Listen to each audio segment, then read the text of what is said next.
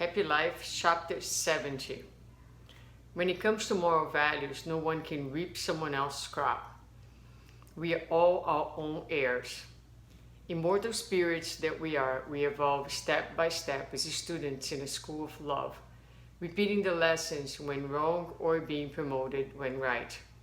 Thus, one physical existence follows another, picking up wherever we left off, correcting what we have done wrongly, or starting a complete new experience.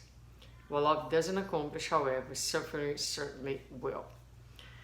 Today's message talks about our individual journey of enlightenment.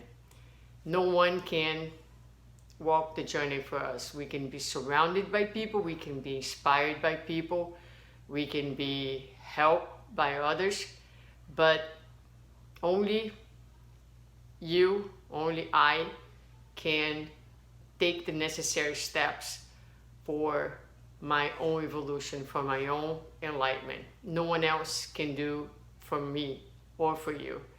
Therefore, we are constantly reaping what we have sown. We are constantly dealing with the results of our own actions and our own choices.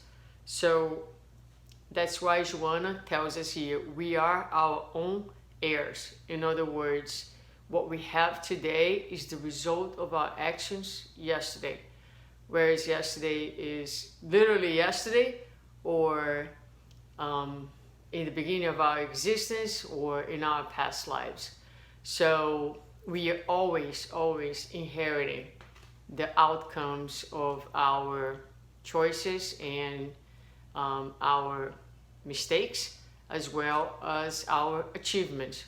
So a lot of us may be born with a specific talent, or perhaps some people might have, for instance, a very easy time learning a new language. Well, that might be seen by many as a privilege, or that person's so lucky to pick up any language so easily.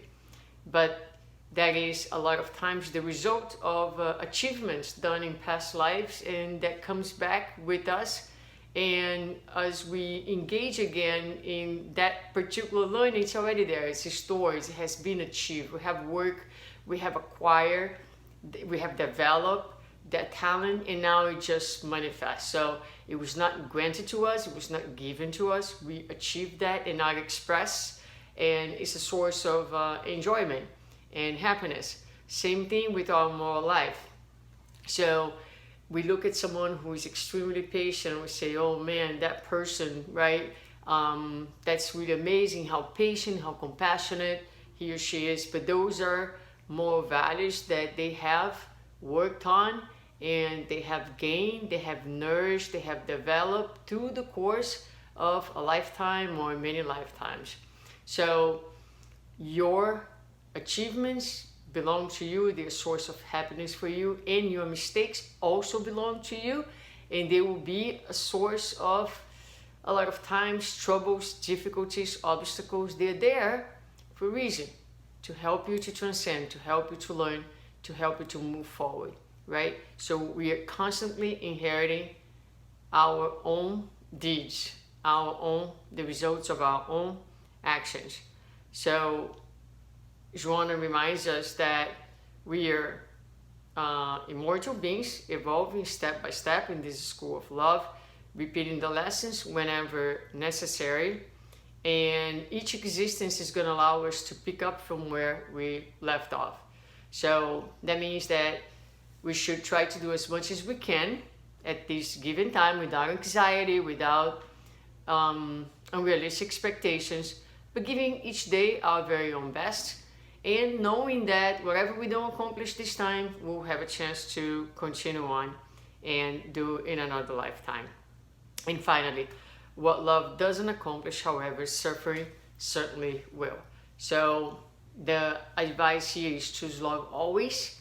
Try always to use love as a reference, as your way of thinking, feeling, being, doing, so that suffering, which is one of the educational tools of God, not the primary one, the secondary one, doesn't come to our lives to help us to open up to what would be the first option, which is always, always love.